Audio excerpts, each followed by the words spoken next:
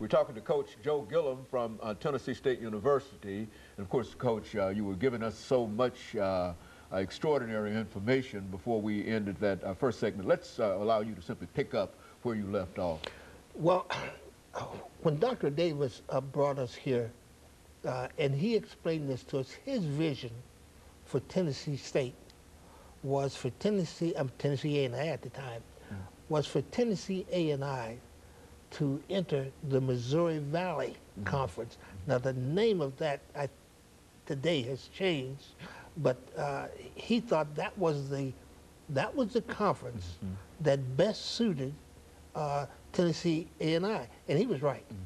And as the years have ensued, the more of this time passes, the more that Dr. Davis's vision was 50 years ahead of its time. Yes, Tennessee State should have been in that conference. It certainly should not be in the OVC, and because that's another story. But we had fine success in those years there. Primarily we divided to Shannon Little being our top recruiter, and he was excellent there. He liked the road. He knew people all over the South, and he had a good eye for players. We would discuss, in many instances, when Shannon was here, exactly the kind of football players we were looking for. We always wanted tall linemen, and so Shannon was a little in disagreement there, because he thought that centers and guards on the offensive line should be shorter, and then the tackles and tight ends should be taller. And my contention was that if we had tall players, we could fit them into any position. It was our job to get the talent. And I was learning this as we're talking with Shannon. I'm learning this from Ed Temple. That's another story there.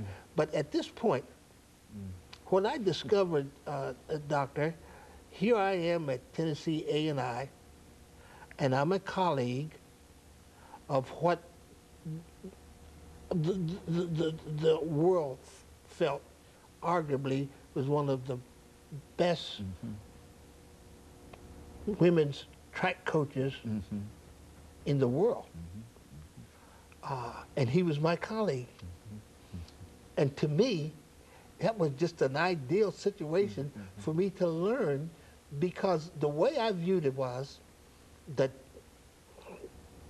Coach Temple had an eye for the kind of talent that would make the best runners. So I envisioned that while there must be a certain kind of talent that makes a football player. And then he wanted outstanding talent, because his idea, and I thought it was different from anyone I ever met, his idea was to get